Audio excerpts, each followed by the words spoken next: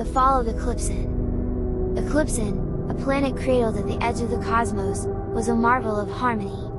It stood apart from the magic-infused realms closer to the tree of creation, instead thriving through science and nature intertwined. Towering cities of gleaming metal rose amidst untouched forests, their spires humming with energy drawn from the planet itself. The Synari, Eclipsyn's people, had perfected balance, technology advanced yet never destructive, their progress harmonious with the vibrant life around them. But the shadow's gaze does not falter. From the edges of existence, where the tree's light dimmed, the shadow sent two of its fragments, Pride, the crown of shadow, and Envy, the coveter, mirror of shadow. These sinister forces, subtle and unrelenting, would twist Eclipsyn's harmony into a dystopia. A warning ignored. Among the Synari was Orin, a visionary leader who often spoke of the faint light of the tree of creation. He believed that this distant glow was a gift, a reminder of the harmony the Synari must always protect.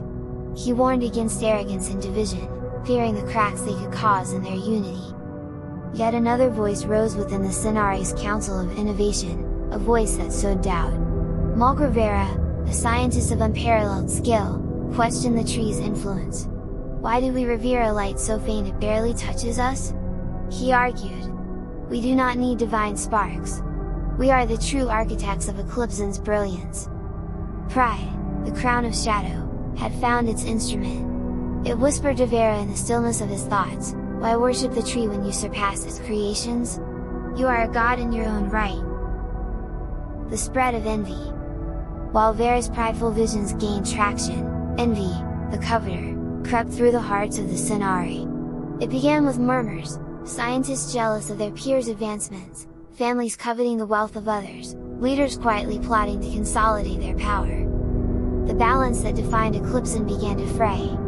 Innovation became a race, with secrets hoarded and alliances broken. The once thriving forests, nurtured by careful stewardship, were stripped bare to fuel a desperate hunger for progress. Rivers dimmed to a lifeless gray, their flow diverted to power Vera's increasingly ambitious machines.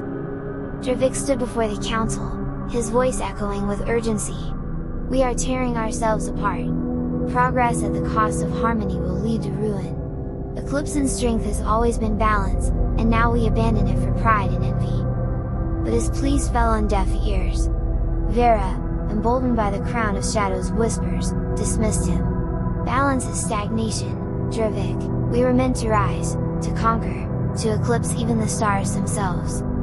As the crown of shadow and the coveter grew stronger, Eclipsyn crumbled. Vera's machines, once symbols of ingenuity, became instruments of destruction. They drained the planet's core, destabilizing its energy and leaving scars across the landscape.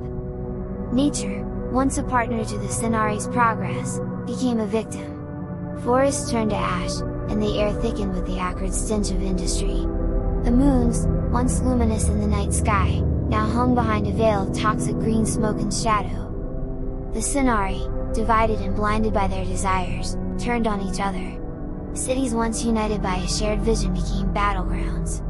Innovation became a weapon, and their harmony was forgotten. Drivik wandered the ruins, his heart heavy with sorrow. He stood in the shadow of Vera's towering machines, their hum now a dirge for a dying world. As he gazed at the grey, smog-choked sky, he cried out to the distant light of the tree of creation. What have we done? Is there no hope for us? A flicker of light. In the midst of despair, a faint light broke through the smog. It was not the tree itself, but a glimmer of its influence, distant yet unyielding. Drivik knelt beneath the light, its warmth rekindling a spark of hope in his heart. A voice, quiet yet resolute, echoed in his mind. Where there is shadow, there is light. Where there is ruin, there can be renewal. The choice is yours, will a hero rise to restore balance? Drivik stood, the light reflected in his weary eyes.